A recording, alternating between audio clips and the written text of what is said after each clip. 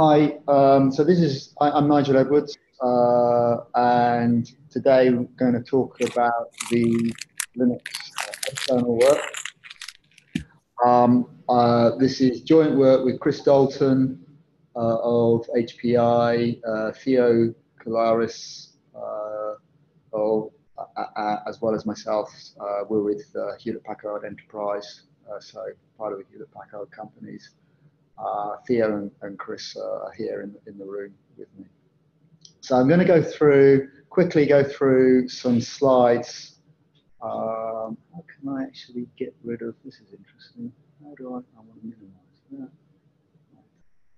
Right, okay. So I'm just going to quickly go through some slides to set the context and motivation of what we're doing. Then I'll jump into the code briefly, so you get some understanding of how it works, and then we'll do some demos.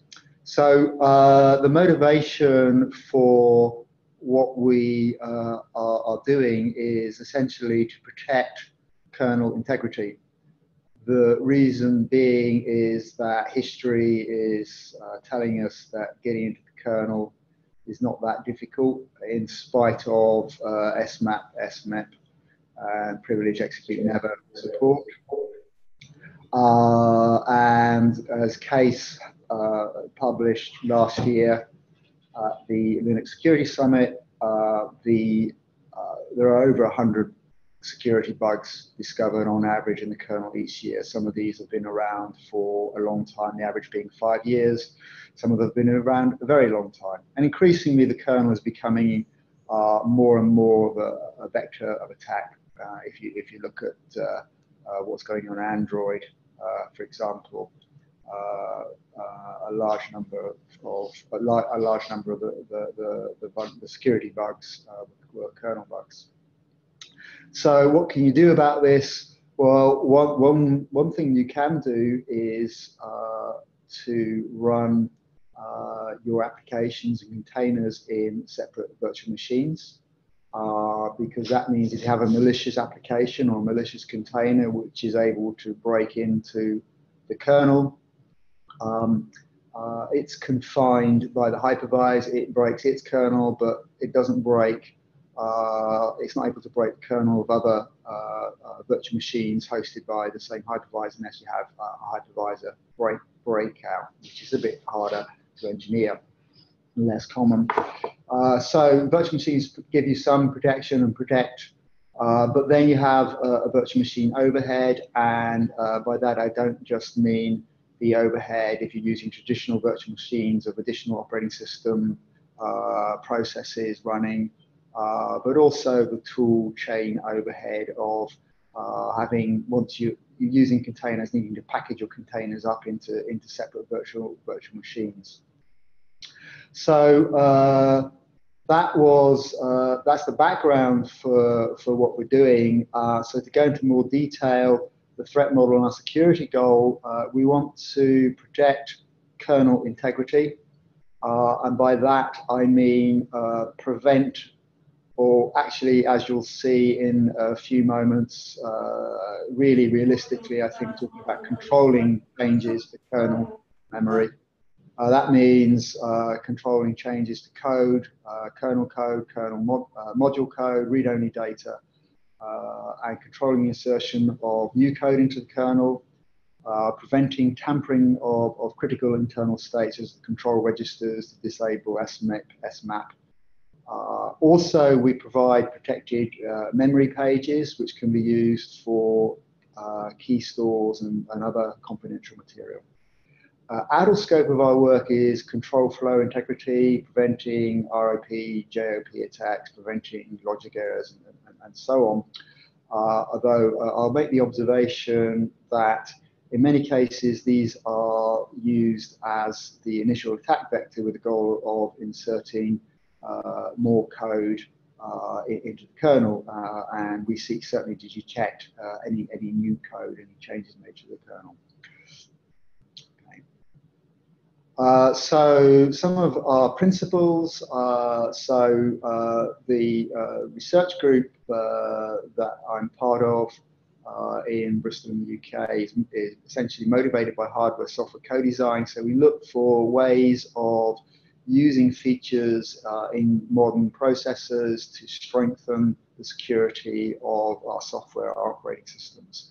And in this case, the original goal was to apply virtualization extensions to achieve our security goals. So in what we're doing today is using the Intel VMX extensions, namely extended page tables and mediated of access to control registers to strengthen security of the kernel.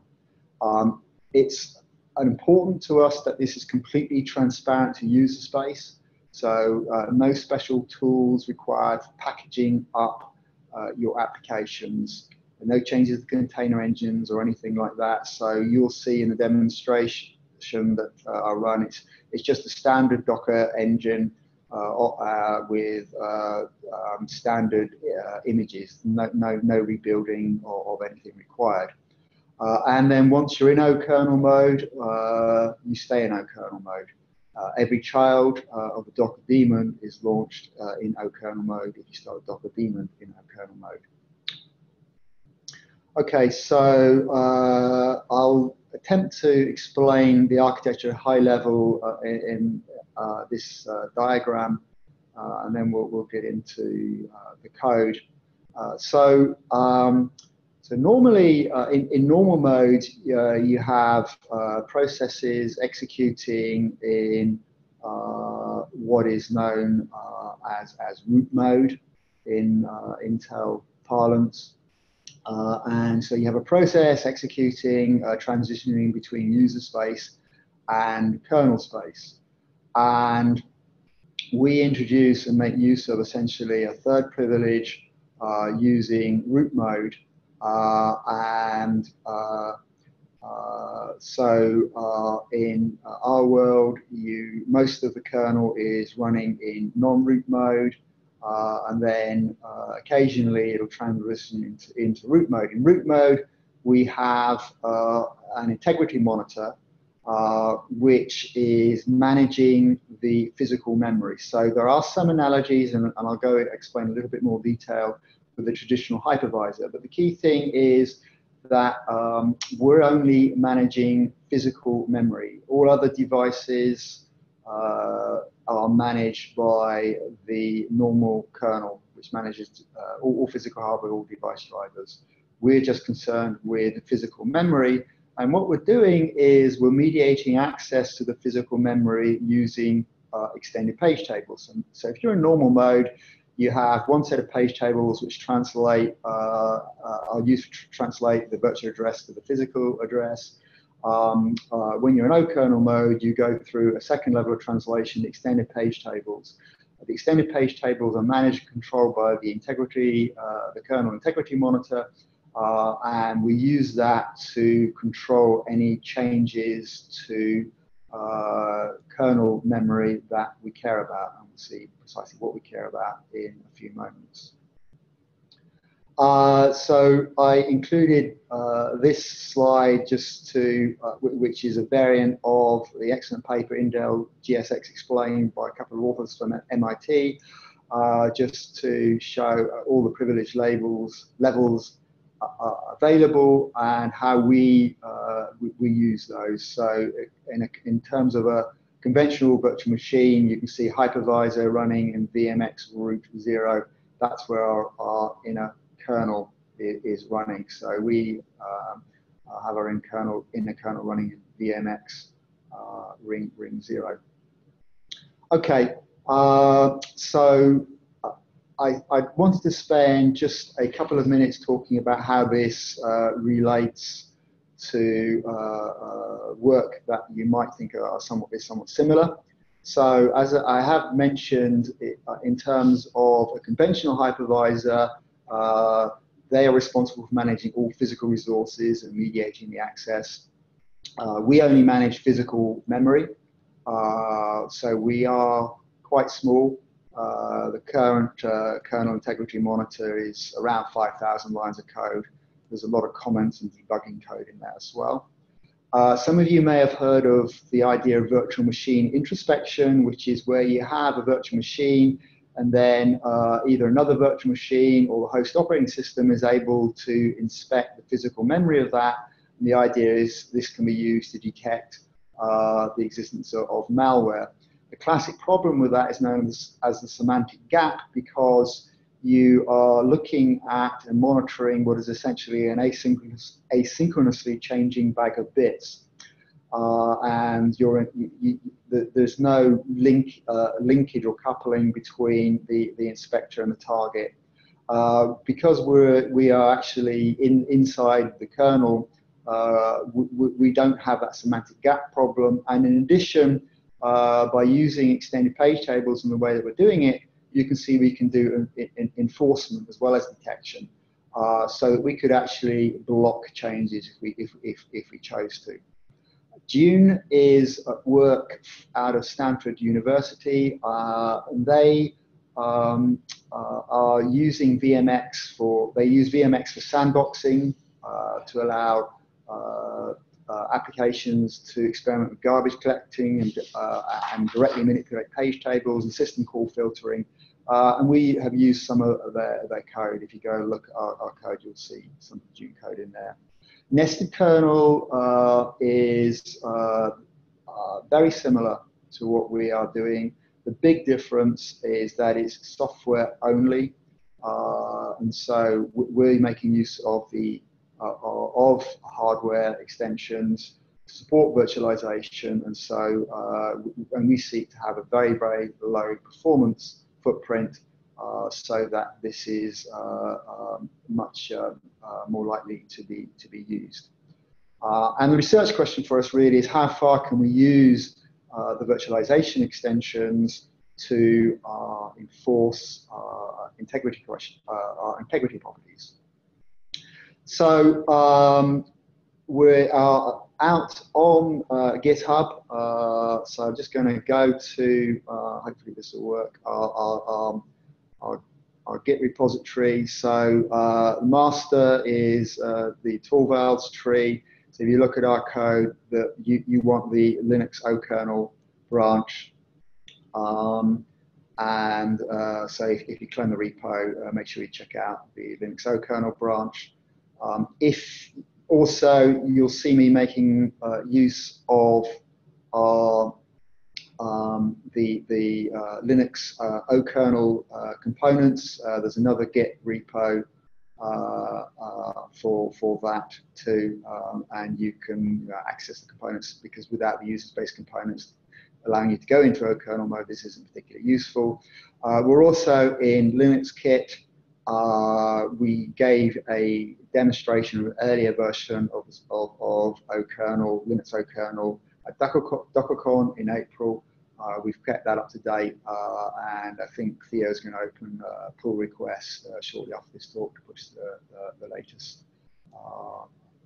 Okay, so with that, I'd like to give you a very quick overview of the code, just so you get some idea of how it works, and then we'll go into a demo.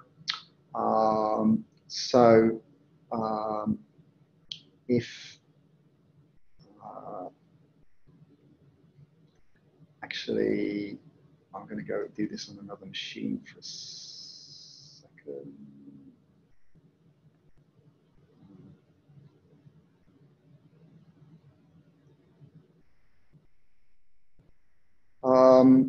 So if I do a git,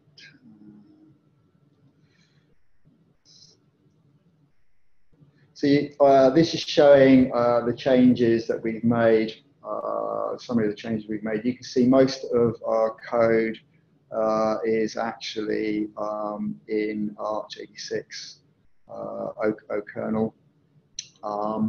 And so what I'm going to do is take a quick look at the file Arch86 okernel core.c.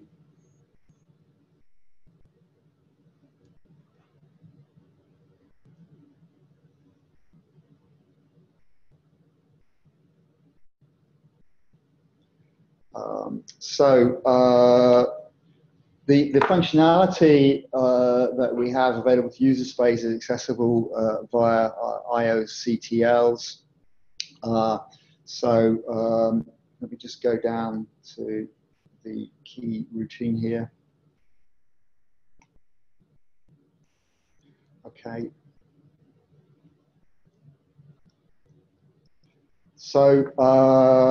And there are a bunch of commands available. And the one that I want to draw your attention to is the okernel command, which is what allows you in user space to go into okernel mode. The key thing here is we call this function okernel enter. So we go look at okernel enter.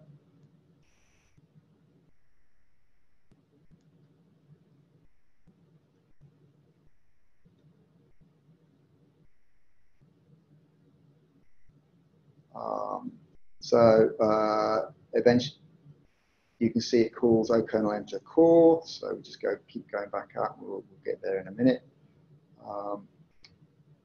Okay. So what okernel enter core does is more or less what you'd expect. It sets up the registers for the VCMS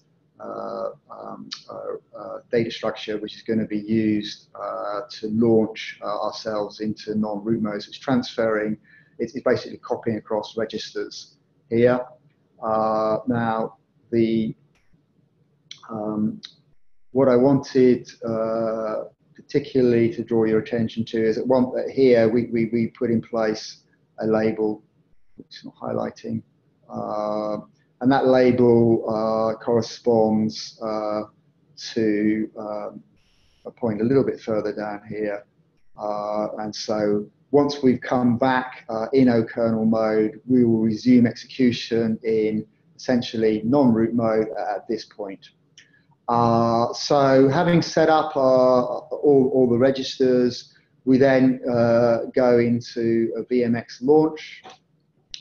And so I'll quickly look at that, which is in vmx.c.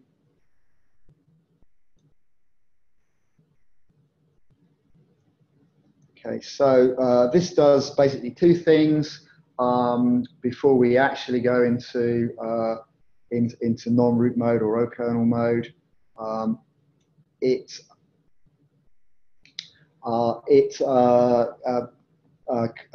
creates two stacks. So we have two stacks. We clone the stack. We have a stack for non-root mode as well as root mode. And the other thing, most importantly, for our integrity protection and monitoring, is it sets up the extended page tables. So that's essentially what you're seeing down here. I'm going to jump through it fairly quickly in the interest of time, just so that you get a rough idea of how it works. And then eventually, having done all that, which we will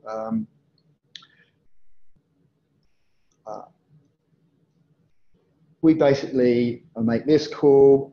This is VMX run vCPU is mostly assembler code, which actually invokes the instructions to put us into non-root mode using all the data structures, the structures we just put in place. Now, at that point, you come back to the, if everything's gone well, you'll come back to the label in core.c and return to user space in okernel mode. Now, if, however, for example, you're trying to do something perhaps undesirable, tamper with the kernel, we'll get a VM exit and we'll come back. We'll exit that and we'll enter this code, which is basically our VMX handler. And the most likely reason are either we've got an EPT violation, if it's an attack or some possibly undesirable control register access.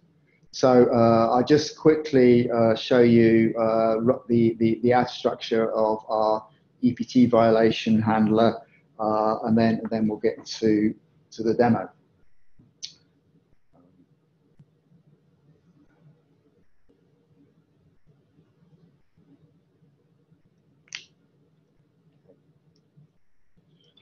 I mentioned protected pages, so this actually using the same mechanism. So we can set aside physical memory pages so they're only accessible to designated processes and not other processes, and that's handled by this code. In terms of the integrity protection, this is the key handler here, and the one thing, I'm not going to go into details of this, but the one thing that I wanted to draw attention to is we're checking for OK text, OK module flags. So we actually tag, we make use of unused bits in the EPT page tables to tag memory that we're interested in protecting with those flags. So when we take an EPT violation, we can check the tags and therefore handle the integrity appropriately. Okay, so now let's get to a demo. So I'm going to go back into the COS05 machine. So everything has to, we run everything as root at the moment so we can get to the IOCTL device.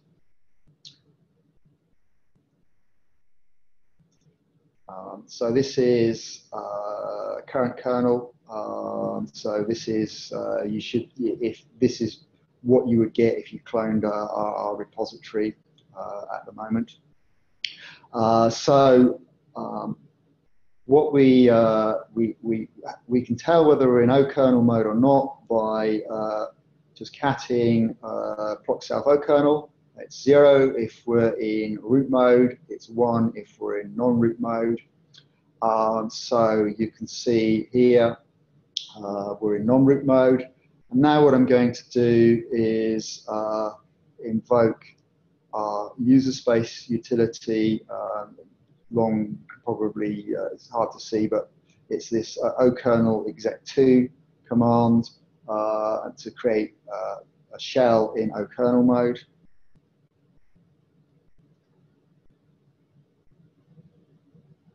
Okay, and what I'll do is I will stop the Docker daemons because this is currently running in normal mode because it starts up automatically when I boot the machine. And now I'm going to start it on the command line, and we'll see it run. It's running in non-root mode or okernel mode. Okay, so there's some things that I'd like to show you already that we can see. So our tracing is somewhat rudimentary at the moment. We're working on it, but we're using the kernel debug tracing. So we count our trace file now. What you can see already is we've taken an EPT violation for a VDSO fix-up. So in recent kernels, VDSO, which is a fast way of avoids making traditional system calls. Essentially, the kernel plants code in user space, which is an alias for a kernel physical address at which resides code, which enables you to read kernel state for things like get time of day. So read-only system calls execute much faster because you don't have to go from user mode to kernel mode. Now, in recent kernels, all of the VDSO code and data, I believe, is mapped into the kernel read-only data region. Although we parse the or look for the kernel read-only data region, we don't actually at the moment detect the VDSO space. So we take an EPT violation one time and then fix that up for all other processes, and that's what you are seeing here. What we could we can check that by just looking at that bash process, which is the parent of Docker. So you can see here, if you look carefully, that the VDSO region is actually the user space virtual address. It's right at the beginning. That user space virtual address we're getting is right at the beginning of the VDSO region,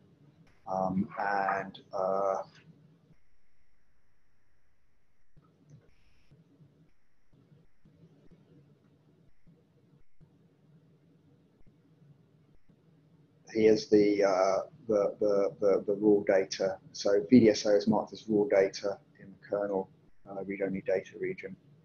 Okay, so what I'm going to do now is just start a few Docker containers. So these are simply going to spin up a Debian container and run and cat proc self okernel, and we'll just do it a few times, just so otherwise it will get a little tedious. So just counting number of iterations and also the catting proc okernel. So let's go back and look at the trace file now.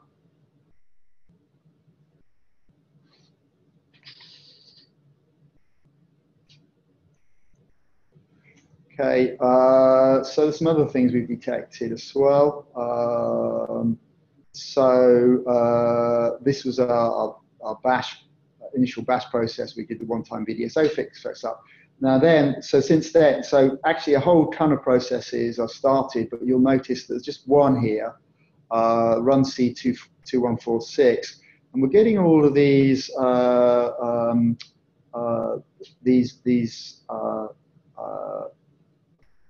basically memory access to memory regions, and what's going on here is the kernel is setting up, or runc is causing to be set up an alias in kernel virtual memory for kernel code, and it's mapping that memory page read-write and updating it.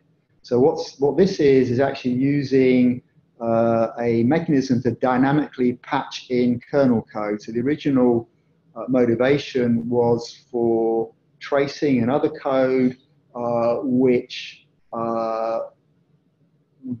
was felt not to be widely needed, and so why should everybody pay the price for it? And so use a GCC mechanism to dynamically patch in code by patching jump addresses. And so this uses a kernel routine called text_poke. And in this case, it's being used by this CPU sets mechanisms. So when the first time you ever create a container, the runc writes to basically creates a C group and creates the first CPU set, and that will trigger this mechanism so that the kernel dynamically patches in the code for CPU sets to work. So that's why I said earlier on, we're in terms of actually preventing updates to the kernel, that's extremely difficult using the mechanisms. It's more now about monitoring it and controlling it. And so we're looking at developing a way of authenticating the legitimate processes that could and should be allowed to make this kind of changes to the kernel. Okay, so the next final thing that I want to show you in terms of a demo is the protected memory regions. So I'm just going to kill our Docker daemon here. So I'm still in okernel mode.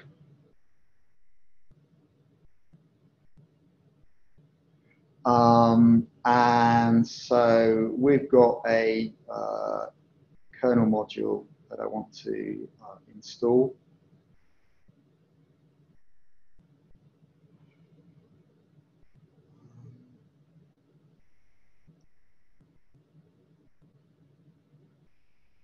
So this is deliberately a simulated malicious kernel module. So let me install it now.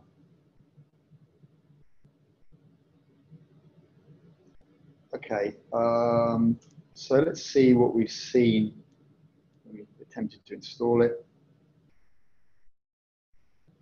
So the two things that we detected. So I mean, not unsurprisingly, we've detected that there's new module code installed. That's good. So you know, we've detected the new executable code being loaded into the kernel. The other thing were this actual. So I've deliberately written the code to try and update CR4 to disable supervisor mode execute protection, or SMIP. We're actually trapping that. So we could have prevented. We could have just killed the whole process at this point, or indeed prevented the module load. We chose basically to monitor it and allow it to occur. But in terms of the CR4, we actually jumped that instruction, so we don't allow that change to take place. We log the attempt. Okay, so this we've now loaded that module. That module is going to simulate a bug in the kernel that can be exploited by an attacker to scan all physical memory. And so what I'm going to do now is demonstrate the protected memory pages.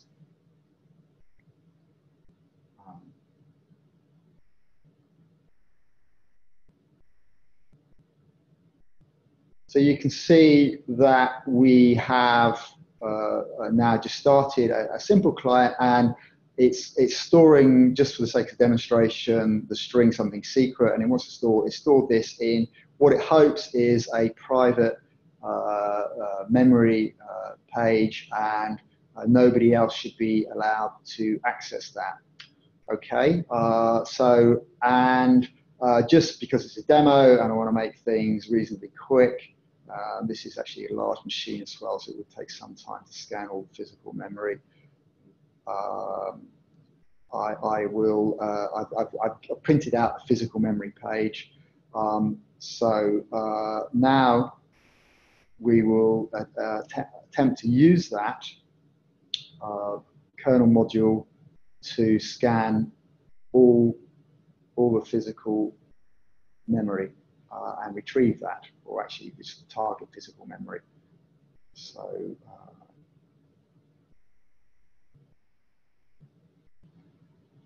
the important thing to note here is we are in normal mode.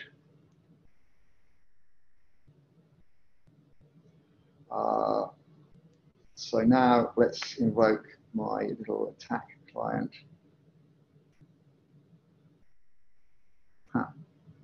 Okay, let's see if I can get the address into the paste buffer first.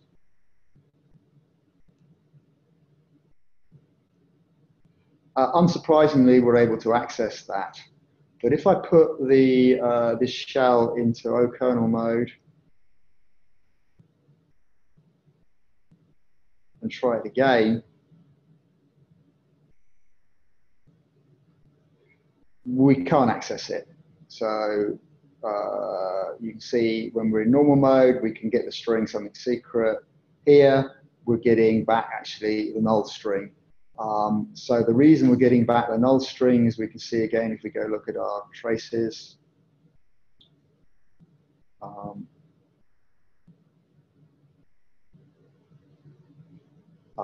So here, there's two more things that have been added. First of all, you can see the protected memory client was allowed to access its protected memory page, which is good. Otherwise, it wouldn't have been able to store the secret there. But then, when our other malicious client came along, which was in okernel mode, it couldn't get to that physical memory page, and so we were able to access was denied. And in this case, what we actually do is remap it to a zeroed out memory page, so that's why I got back the null string. Okay, so let's see if I can get back to the slides. Okay, so I wanted to comment on the performance impact. So I said that we're aiming for low performance. We're aiming for under 5%. And currently we are, well, when I last measured it, we were way above that. So for Docker container creation, we're at a 7.8% overhead. And for the compilations of the kernel, 17%. So if we look at the kernel compilation, where's that 17% coming from?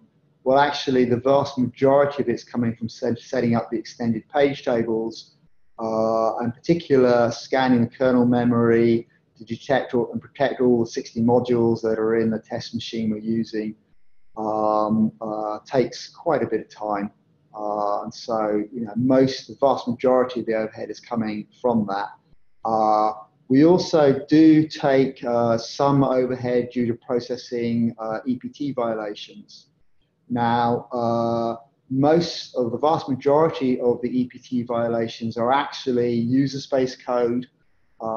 So we have to mark all memory as non-executable, and then when you attempt to execute anything in user space, we grant execute if it's a user space virtual address.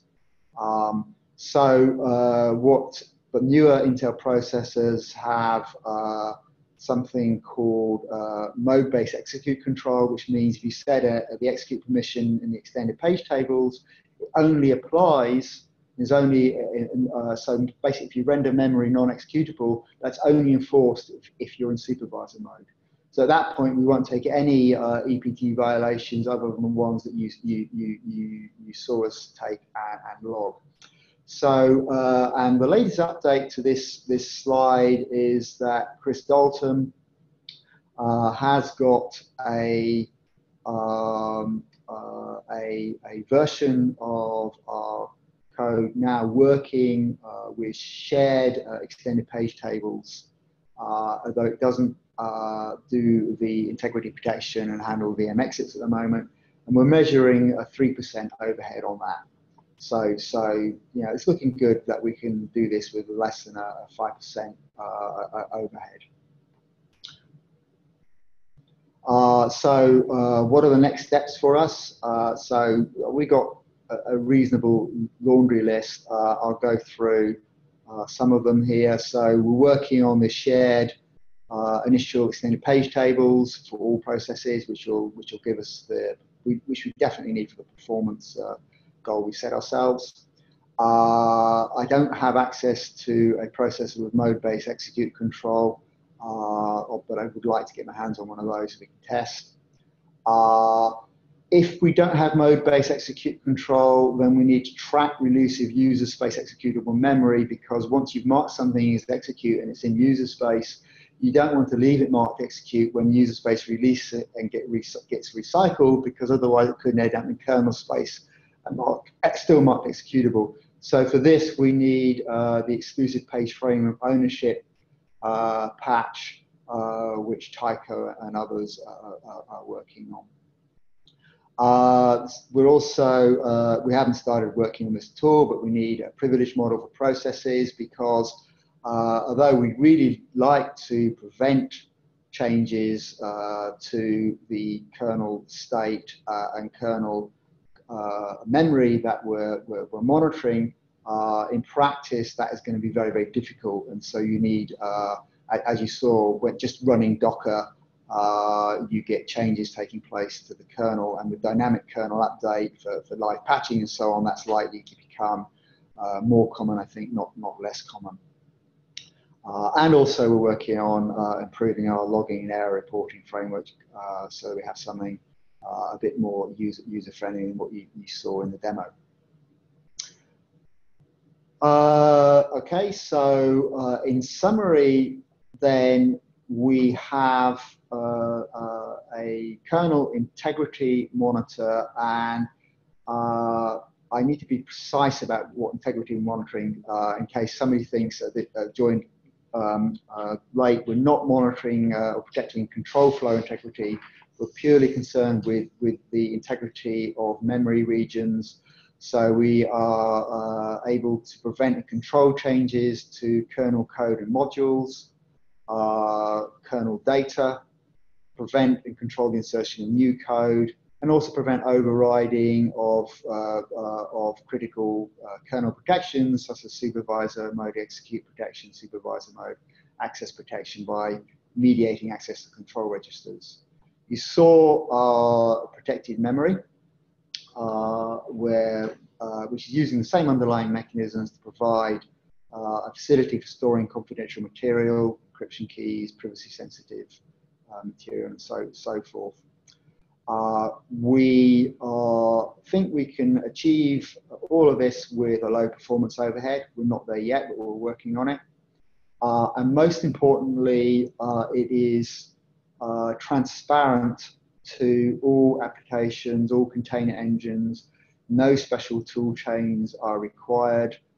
You should just be able to you saw us just get a shell, start a normal Docker daemon downloaded from public repositories, start container images downloaded from Docker Hub. No changes at all required. And so that's the end of the talk. If there are any questions or comments, I'd be delighted to hear what you have to say. So I have a couple if nobody else has any, but I have a couple of questions as well. all right, wait, Rolf, I'll go last. Okay. So the first one, for the overheads you mentioned, are they only active when the okernel mode is enabled, or yes. are there? Okay, yeah. So there are no overheads if it's not enabled. Yeah, yeah. It's because you take the hit essentially of today of it's all going setting up the extended page table. That's where it's all going today, and then VM exits. Yeah, sure. So since you're using extended page tables, is it still possible to start, say, KVM VMs on the same okernel kernel, or? Well, I haven't tried it, so that's an interesting test case. We could.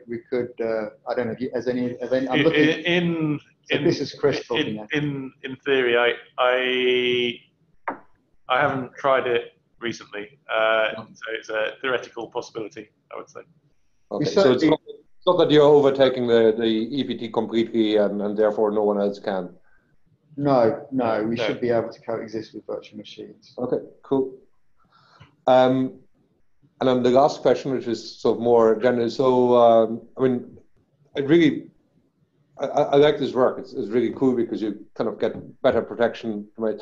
So where do you want to take this? Is this something you're planning to upstream eventually, or? Yeah. So we're. I mean, you look at the code at the moment. It needs an awful lot of work and tidying. We're working on it. Yes, we would. We're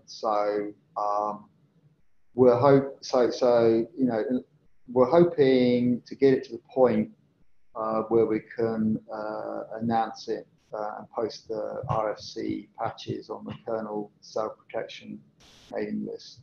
Mm-hmm. But we are a while away before we're able to do Sure. that. At the moment, we're soliciting feedback.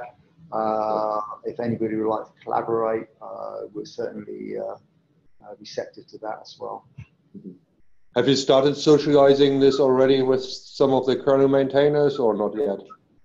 I pinged. I have told Case we're working on Case Cook. We're working on it. Okay. But other than that, it's not widely known. Okay. It might be useful to start socializing it well ahead of submitting it, so that people are aware of it. And yeah, I'm not planning to submit this and say it's a good idea. It's definitely going to go as a RSC. Here guys, what do you think? It's just that at the moment we've still got a bunch of work before I'm real happy about publicising more widely. okay, cool. Thank you. Nobody else has any. Well, I have. What you said that you want to use the XPFO patches for something. What additionally besides just what XPFO already does are you? When code goes when the user space executes code, we at the moment we have to mark that as executable. So we need to know when code is released from user space, so we can remove the EPTX bit on it. I see. Otherwise, there's a problem that you've got unused memory lying about that then gets reused by the kernel and it's marked as executable. And we don't want that. Right, okay.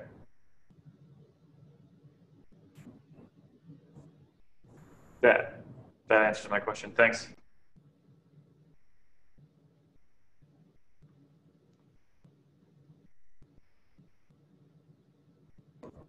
Anyone else? Going once, going twice, sold. So thank you very much, Nigel. Appreciate it. And I think we'll be interested in looking at this in the future.